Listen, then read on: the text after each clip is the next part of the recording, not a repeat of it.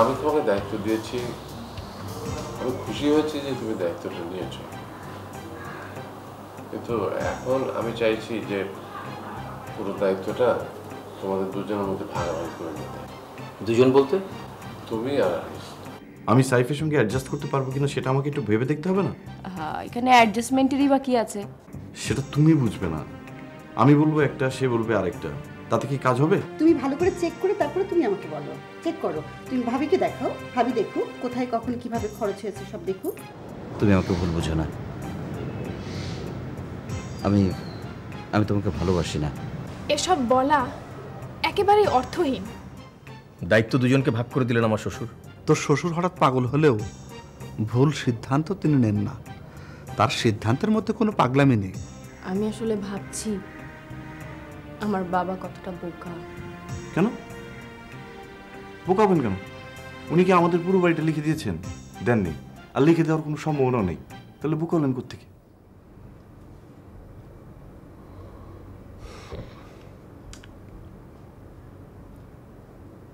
ঘুমিয়ে পড়লে নাকি? না, কিছু একটা বলো না, কি করব? কি বলবো বলো, রওশন যে এমনটা করবে আমি তো ভাবতেই পারিনি। রওশন যে হিসাবটা দিয়ে গেল তার কতখানি তোমার কাছে বিশ্বাসযোগ্য মনে হচ্ছে?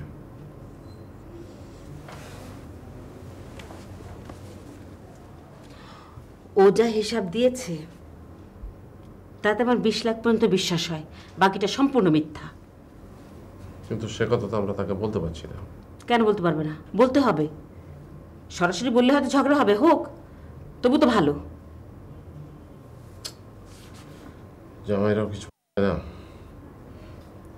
আনিস সময় চাইলো, সাইফ আনিস পারবে বলে চলে গেল।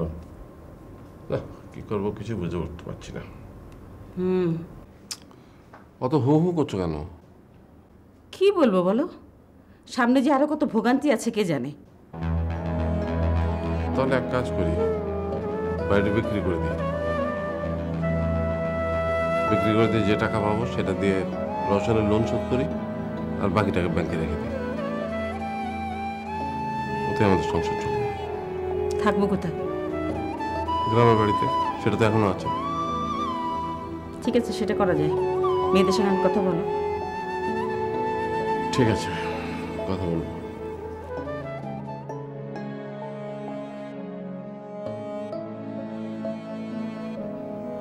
চলো, তুমিও আমার সঙ্গে চলো। প্রথমে দেখে আসবে, তারপর আমরা সেটেল করব। না, আমার ভালো লাগে না, আমি এখানেই ভালো আছি। হ্যাঁ, ভালো তো তোমার লাগবেই না। আচ্ছা, কখনো কি ভেবে দেখেছো আমি কিভাবে থাকি? একবারও কি জিজ্ঞেস করেছো, প্রশ্ন করেছো যে ওখানে আমার দিন একা একা কিভাবে কাটে? করনি। তুমি শুধু বুঝতে শিখেছো আমি তোমার স্বামী, যা কিছু হক তোমাকে আদায় করতে হবে। যদি আদায় করতে না পারো তাহলে চিৎকার করো, আমার অক্ষমতা নিয়ে প্রশ্ন করো। এছাড়া আর কিছু করতে পেরেছো? যাওয়ার আগে কি ঝগড়া করে যেতে চাইছো? সেটা হলে তো তোমার জন্য সুবিধাই হয়। ঘুমাও, ঘুমিয়ে পড়ো, ঝগড়া তোমাকে মানায় না। এসব বলেই তো আমাকে ঠান্ডা করে রেখেছো। আমার বিরুদ্ধে তোমার অনেক অভিযোগ না? আমার মনে হয় সবই তুমি বুঝতে পারো, কিন্তু নিজেকে শোধরাবার রাস্তা তুমি তৈরি করতে পারো। সত্যি কথা বলতে কি, আমি তোমাকে নিয়ে হ্যাপি হতে পারিনি। তাই তো দুজনে দুই দিকে থেকে সময়টাকেই পার করছি।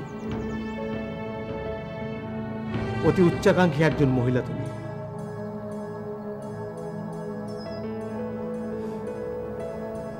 আরো কিছু বলো। এতক্ষণ যা বললে তার মধ্যে তো খারাপ কিছু খুঁজে পেলাম না। শোনো, তুমি দাদাভাইয়ের সাথে একটু দেখা করে এসো, চলে যাচ্ছ, এখন তো দাদা ভাইয়ের সাথে দেখা করলে না। আমি তো যেতেই চেয়েছিলাম, তুমি তো দিলে না। জিও, কাল দাদা ভাই তোমার কথা বলছিল। যাব। দাদা ভাইয়ের জন্য মায়া হয়।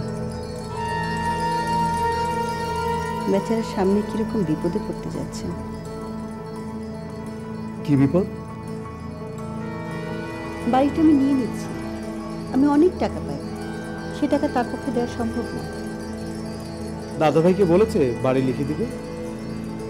কেউ কি বলে? কেউ বলে না। আমি নিয়ে নিব, দলিলের সই আমি আগেই নিয়ে রেখেছি।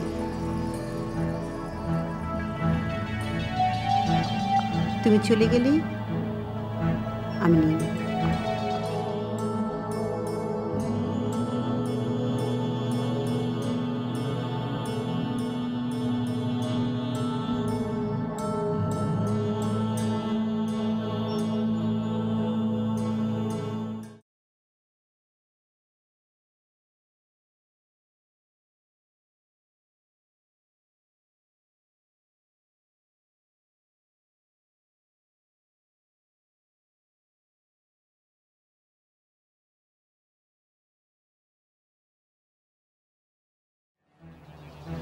সাহেব, কি হচ্ছে তোমার? মন খারাপ?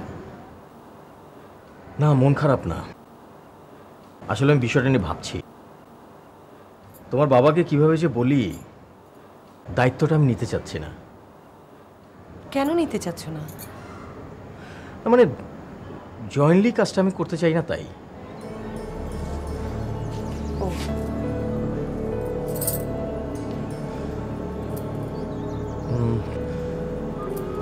আচ্ছা, তুমি কি একটু বুঝিয়ে বলবে বাবাকে? খুবই ডিফিকাল্ট, কিন্তু বলতে তো হবেই। দেখো, তোমরা কিন্তু দুইবার দুই রকম ডিসিশন নিয়েছো। মানে আমি তো কাজটা নিতে চাইনি, তাই না? এখন এখানে আমার কি লাভ বলো? আসলে তুমি ঠিকই বলছো, বাবা ভূমির জন্য এই ধরনের সিদ্ধান্ত নিয়েছেন।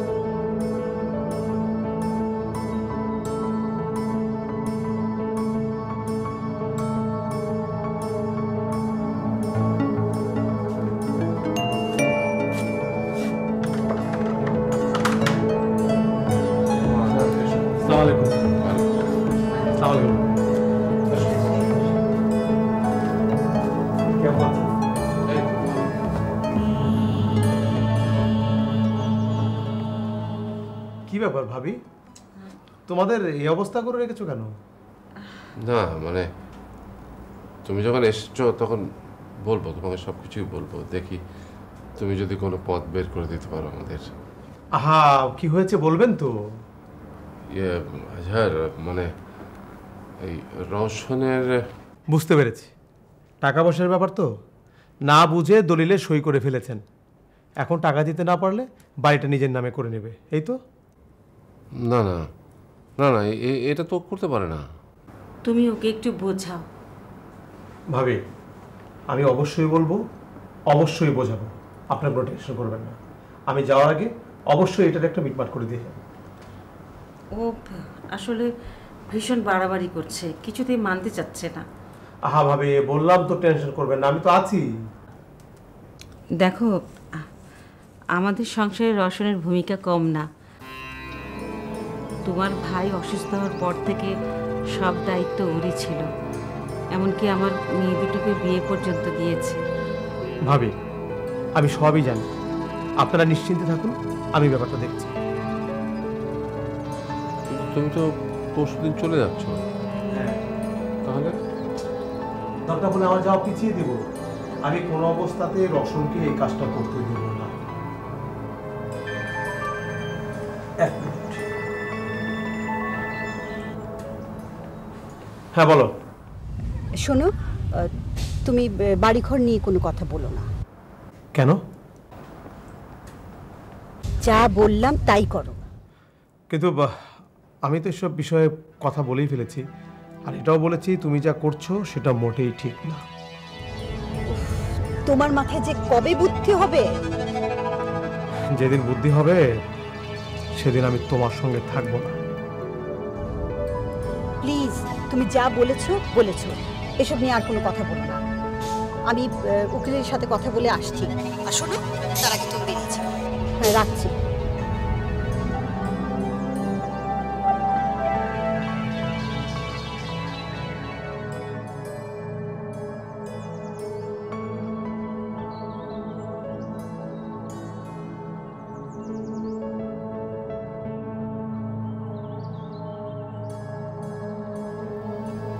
কিছু বলবে? না, কিছু বলবো না, এমনি। আমি জানি তুমি খুবই মন খারাপ করে আছো, কিন্তু আমার কিছু করার নেই। সাইফ আমাকে সহ্য করতে পারে না। কেন পারে না আমি জানি না, আর এই কারণে আমার কাজটা করা সম্ভব না। আমার কিন্তু কখনো মনে হয়নি যে সাইদ ভাই তোমাকে সহ্য করতে পারেন না। হতে পারে, তুমি বুঝবে না, এটাই স্বাভাবিক। হয়তো বাবার কথা মতো তুমি রাজি হলে বাবা খুব খুশি হতো। সরি ভূমি, তুমি ওনাকে জানিয়ে দাও, তিনি অন্য ব্যবস্থা করবেন। আমি আসি।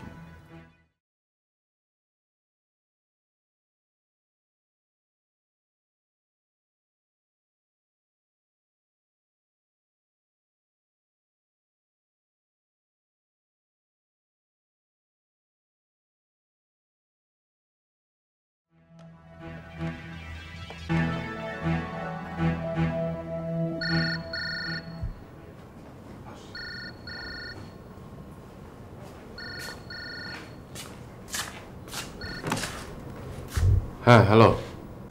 হ্যালো বাবা। হ্যাঁ মা, কি অবস্থা? কেমন আছিস? ভালো আছি বাবা, তুমি কেমন আছো? আছি, ভালো আছি। এই তোর ফুপা এসছে, তার সাথে কথা বলছি। বাহ, খুব ভালো। বাবা শোনো, বল। ওই আনিসকে এই বাড়িঘরের দায়িত্ব থেকে বাদ দিলে হয় না বাবা? কেন, আনিস কিছু বলেছে? না। তাহলে? ও সম্ভবত চাকরি ছেড়ে নতুন চাকরিতে জয়েন করছে, আর নতুন চাকরিতে ঢোকা মানে তো ওখানে বেশি সময় দিতেই হবে। বাবা তুমি তো বুঝতেই পারছো, বুঝে শুনে সব ডিসিশন নাও। ঠিক আছে, তাহলে সাইফকে দায়িত্ব দিয়ে দিই। জামাইদেরকে এইসব দায়িত্ব থেকে দূরে রাখাই তো ভালো, তাই না বাবা? তুমি কি আমার কথা বুঝতে পারছো বাবা? বুঝতে তো পারছি। দেখি তোর মায়ের সাথে কথা বলে দেখি কি করা যায়। এমন কিছু করো না যাতে আমার অসুবিধা হয়। ঠিক আছে, রাখি বাবা। কেমন আছো বাবা? ভালো। আয় তোর আরে ফুপা। ফুপা, কেমন আছো তুমি? ফ্যান্টাস্টিক। বাবা মা কই? আর কোথায়, রান্না করে। তারপর বলো ফুপ্পা, কি খবর তোমার? কেমন আছো তুমি? ভালোই রে। জামাই কোথায়, নিলি না কেন? আজ দেখা হয়ে যেত।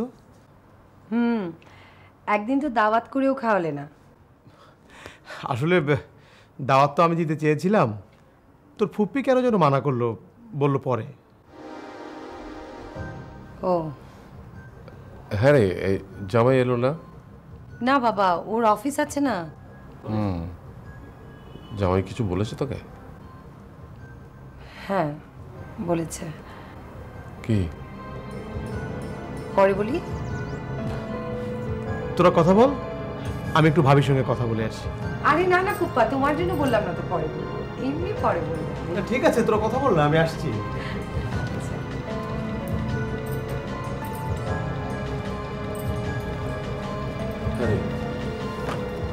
জামাই কি রাগ করলো? না বাবা, রাগ করেনি। তাহলে কি বললো? আসলে বাবা, ও এখন অফিস নিয়ে খুব ঝামেলায় আছে, সেই জন্য সময় করতে পারবে না। তাই তুমি আনিসকেই দায়িত্বটা দিয়ে দাও। রাগ করো না বাবা, প্লিজ। না, আমি ভাবছি বাড়িটাই থাকে কিনা শেষ পর্যন্ত। কেন? তোর ফুপি যেই টাকার হিসাব দিয়েছে তাতে তো। বোকার মতন কথা বলো না তো বাবা। বাড়ির যা দাম তার অর্ধেকও কি আমাদের জন্য ফুপু খরচ করেছে? সে অর্ধেক টাকাটাই আমি পাবো কোথায়?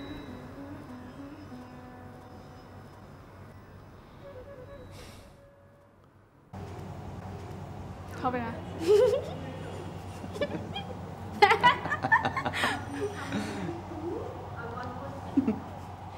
রাখতে হবে সার্টেন টাইম পর্যন্ত। রাখছি তো।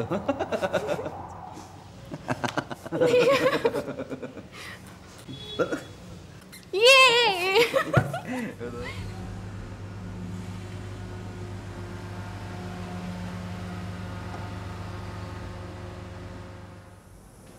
জি জি, হ্যাঁ, আচ্ছা, আর কি নিতে হবে? আচ্ছা আচ্ছা, না না, আর সব কাগজপত্র তো রেডি।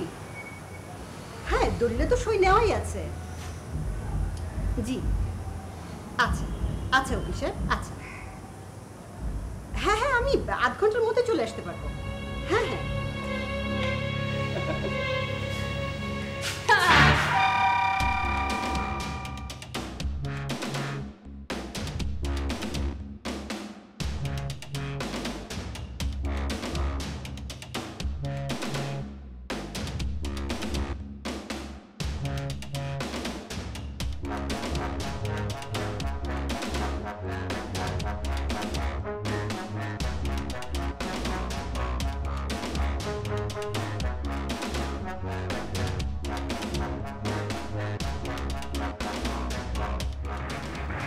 স্যার, এদিকে।